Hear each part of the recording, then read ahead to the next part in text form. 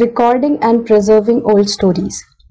सो इस सेक्शन में हम कुछ स्टोरीज के बारे में पढ़ेंगे कि वो कब लिखी गई, उन्हें किसने लिखा। इन्हीं सब चीज़ों के बारे में हम इस सेक्शन में पढ़ने वाले हैं।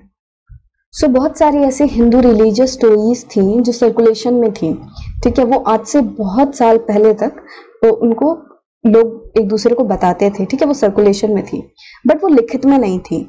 आज से कुछ साल पहले, मतलब जिस टाइम की हम इस पूरे चैप्टर में बात कर रहे हैं, लगभग 1000-1500 साल पहले इन स्टोरीज को लिखा गया, राइट।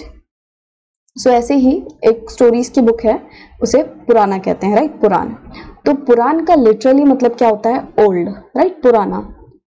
अब पुराना में बहुत सारे भगवानों से रिलेटेड, देवी देवताओं से रिलेटेड, जैसे कि विष्णु, शिव, दुर्गा और पार्वती, ऐसे भगवानों से रिलेटेड स्टोरीज हैं। और इसके अलावा उसमें यह भी बताया गया है कि इन देवी देवताओं की पूजा किस तरह करनी है, ठीक है। क्या क्या स्टेप्स फॉलो करने हैं, ठीक है।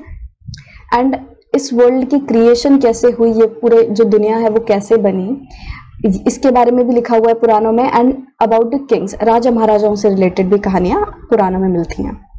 इन पुराणों को सिंपल संस्कृत में लिखा गया, ठीक है। एंड इनको कोई भी सुन सकता था, कोई भी समझ सकता था, कोई भी पढ़ सकता था, राइट।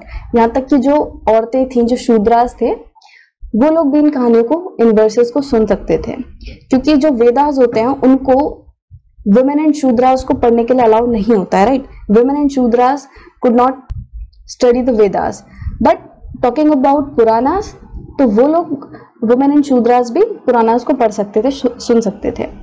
और क्या होता था, जो टेम्पल्स में, मंदिरों में जो पुजारी होते थे, वो इनको रिसाइट करते थे इन वर्सेस को, और जो बाकी लोग थे वो उनको सुनने आते थे।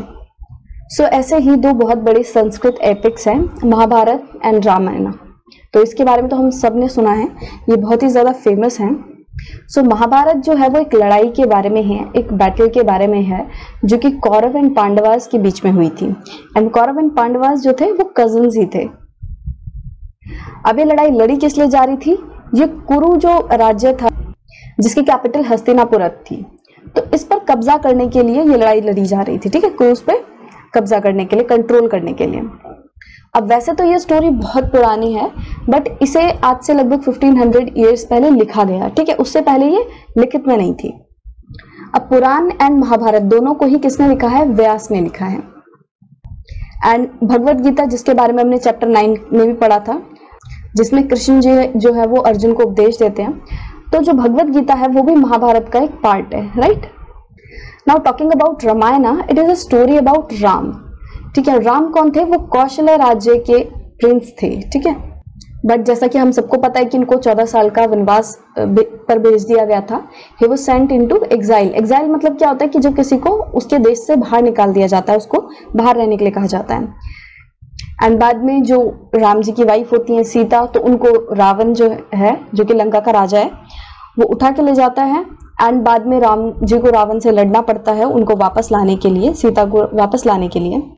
एंड फिर रावण पर जीत प्राप्त करके 14 साल पूरे करके फिर राम जी जो है वो अयोध्या वापस आते हैं। महाभारत की ही तरह ये भी पहले लिखित में नहीं थी, it was not written, but अब इसको लिख दिया गया है। तो ये भी इसी टाइम पर लिखी गई थी। एंड ये माना जाता है कि ये वाल्मीकि ने लिखी थी, ठीक है। और किस लैंग्वेज में लिखी थी? संस्कृत में।